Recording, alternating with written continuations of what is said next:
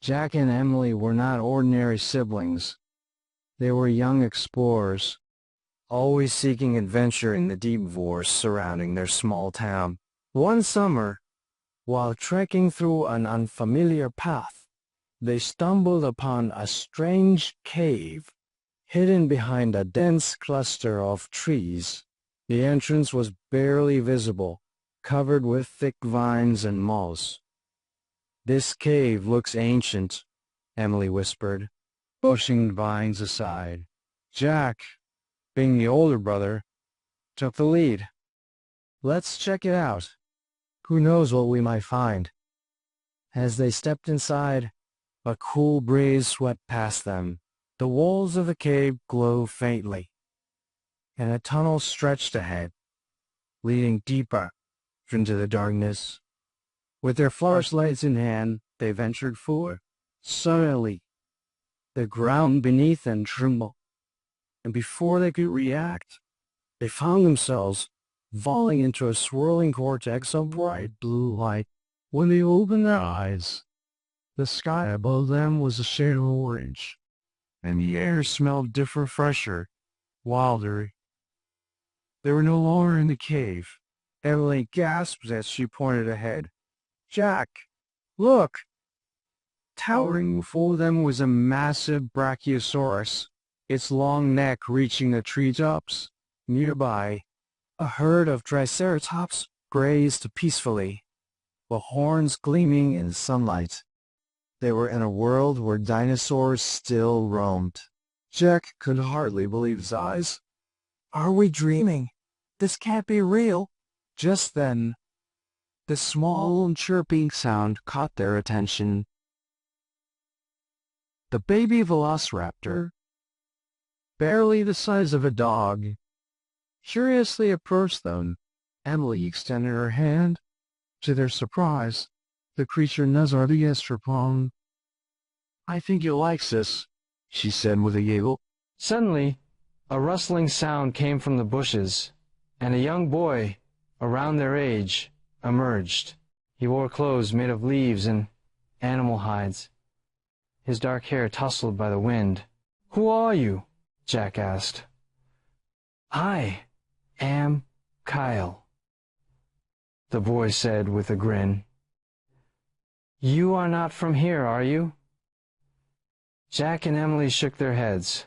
Kale nodded knowingly. "You have entered the land of dinosaurs. It is a secret world, hidden from your time. Few humans have ever come here. Come, I will show you around." Excited and curious, they followed Kale through the thick jungle. He told them that he belonged to a small tribe that had lived among the dinosaurs for generations. His people respected these creatures, treating them as guardians of the land. As they explored, Kyle led them to a large river, where dinosaurs of all sizes gathered to drink water. Pterosaurs flew overhead, their wings casting massive shadows. But their peaceful tour was interrupted by a deafening roar. From the dense forest, a T-Rex emerged, its sharp teeth glistening.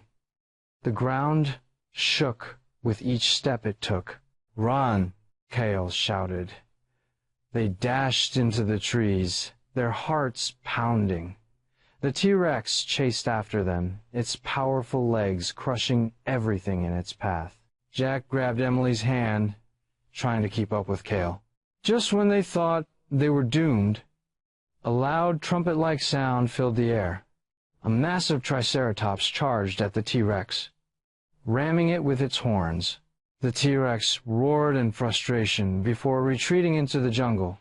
"That was close," Emily gasped, still catching her breath. Kale grinned. "The dinosaurs protect each other. That's why my people survive here." Later that night, Kale took them to his village, a beautiful place built among giant trees. The village elders welcomed them warmly. "You have come here through the Cave of Time," one of the elders explained. "It is a gateway between your world and ours, but you must return before it closes forever." Jack and Emily exchanged worried glances. "How do we get back?" Jack asked. The elder held up a shimmering blue crystal. "This is the crystal of time. It must be placed on the ancient stone in the cave of time before the next full moon. Otherwise, you will be trapped here forever." Determined to return home, Jack, Emily, and Kel set off on a journey to the cave of time. But the journey was dangerous. They had to cross a swamp filled with giant prehistoric crocodiles and climb rocky cliffs where flying pteranodons nested. Just when they were near the cave, disaster struck. A pack of hungry raptors blocked their path. With nowhere to run, they prepared to defend themselves. Kale whistled loudly, and moments later, a friendly dinosaur's own trained velociraptor came racing to their rescue. It distracted the wild raptors, giving them a chance to escape. Finally, they reached the cave. As Emily placed the crystal of time on the ancient stone, the cave glowed, and the swirling vortex reappeared. Kale smiled sadly. "You must go now. I will always remember you." Jack and Emily hugged him. "We'll never forget you either. Thank you for everything." Holding hands, they stepped into the vortex. In an instant, they were back in their own world, standing at the entrance of the cave. Everything was the same as before, but they knew they had lived an adventure like no other. As they walked home, Emily looked at Jack. "Do you think we'll ever find the cave again?" Jack smiled. "Maybe one day, but until then, we have an incredible story to tell." And with that, they headed home, carrying the memory of the land of dinosaurs in their hearts forever.